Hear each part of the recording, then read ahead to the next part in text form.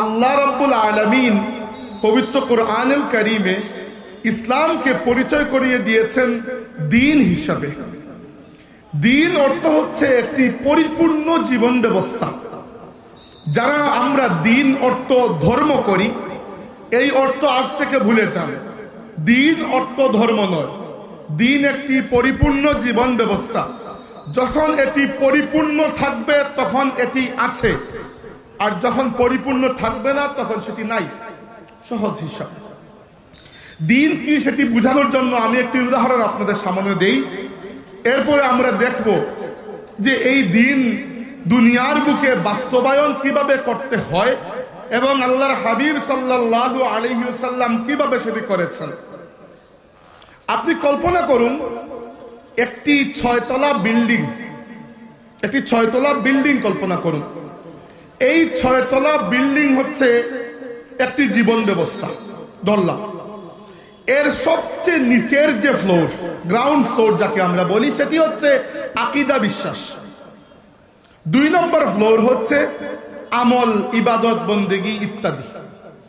3 নম্বর floor হচ্ছে রীতিনীতি, উদযাপন ইত্যাদি। 4 নম্বর ফ্লোর হচ্ছে সামাজিক বিধিবিধান। 5 নম্বর ফ্লোর হচ্ছে অর্থনৈতিক বিধিবিধান। আর 6 নম্বর সবার উপরের ফ্লোর হচ্ছে রাজনৈতিক বিধিবিধান। এই 6টি মিলে পরিপূর্ণ জীবন ব্যবস্থা হয়। অর্থাৎ একজন মানুষ তার পুরো জীবনে এই 6টি ক্ষেত্রে কাজ করে। এবার আসেন প্রথম থেকে। প্রথম যে 3টি ফ্লোর আমি বলেছি, এই 3টি ফ্লোর সম্পর্কে দুনিয়ার প্রত্যেকটি ধর্ম কথা বলেছে। যেমন আকীদা, বিশ্বাসে আসুন। আমাদের মূল আকীদা হচ্ছে আশহাদু আল্লা ইলাহা ইল্লাল্লাহু ওয়াহদাহু লা শারীকা লাহু ওয়া আশহাদু আন্না মুহাম্মাদান আবদুহু ওয়া রাসূলুহু। এটি আমাদের মৌলিক আকীদা। অর্থাৎ আল্লাহ ছাড়া কোনো মাবুদ নাই, আল্লাহ একা এবং তার কোনো শরীক নাই, আর মুহাম্মদ সাল্লাল্লাহু আলাইহি ওয়াসাল্লাম আল্লাহর বান্দা এবং তার রাসূল।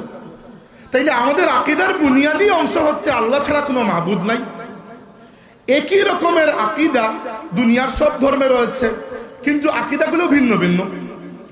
হিন্দু ধর্মের আকীদা অনুযায়ী খোদার সংখ্যা একজন নয়, বহু বেশি। খ্রিস্টান ধর্মে হিসাব করা হয় 3 জন। আবার যারা আগুনের পূজা করে তারা হিসাব করে খোদা হচ্ছেন প্রথমে 2 জন, নিচে আর উপরে আরেকজন। আবার বৌদ্ধ ধর্মে খোদার কনসেপ্ট সেটি অন্য ধরনের।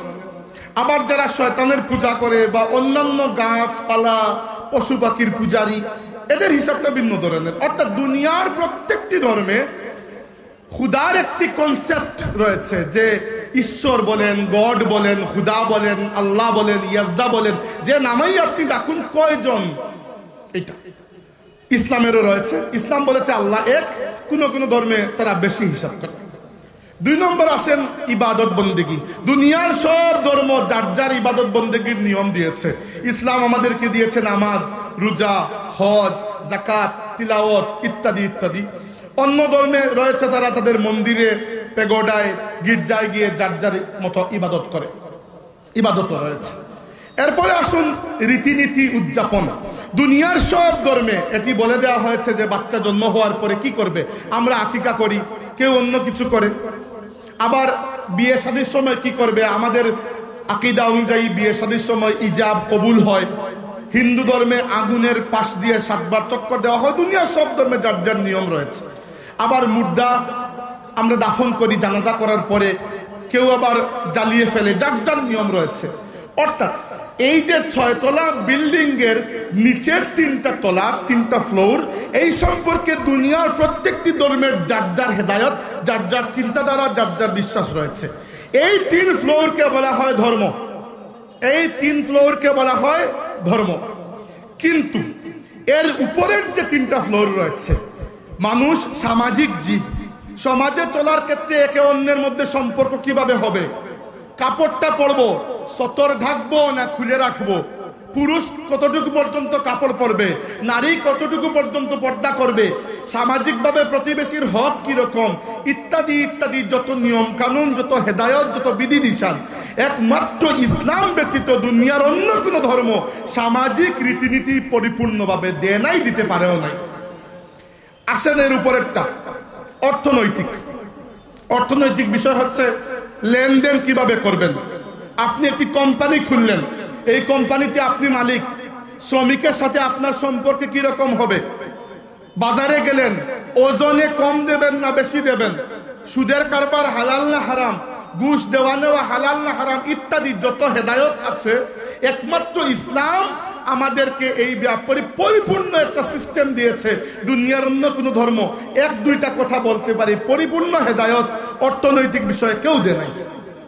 এর উপরে আসেন সবচেয়ে উপরের তলা, রাজনৈতিক বিষয়, অর্থাৎ রাষ্ট্র কিভাবে পরিচালনা করবেন, শাসক এবং শাসিতের মধ্যে সম্পর্ক কিরকম হবে, বিচার ব্যবস্থা কিরকম হবে, সাক্ষী কিরকম হবেন, বিচারের মূলনীতি কি হবে ইত্যাদি ইত্যাদি যত নিয়ম রয়েছে, শাসক কিভাবে নির্ধারণ হবে, যে কেউ এসে শাসক হয়ে যাবে নাকি জনগণ তাদের পছন্দ মতো বানাবে, যত ধরনের বিধি নিষেধ রয়েছে একমাত্র ইসলাম আমাদেরকে পরিপূর্ণ এই ব্যাপারে হেদায়ত দিয়েছে, দুনিয়ার অন্য কোনো ধর্ম দেয় নাই।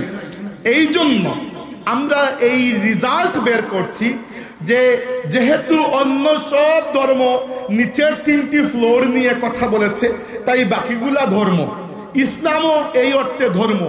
কিন্তু ইসলাম শুধুমাত্র ধর্ম নয়, যেহেতু ইসলাম পুরো 6টি ফ্লোর নিয়েই আমাদেরকে হেদায়ত দিয়েছে, তাই ইসলাম হচ্ছে একটি দ্বীন, অর্থাৎ পরিপূর্ণ পূর্ণাঙ্গ জীবন বিধান। বুঝতে পেরেছেন?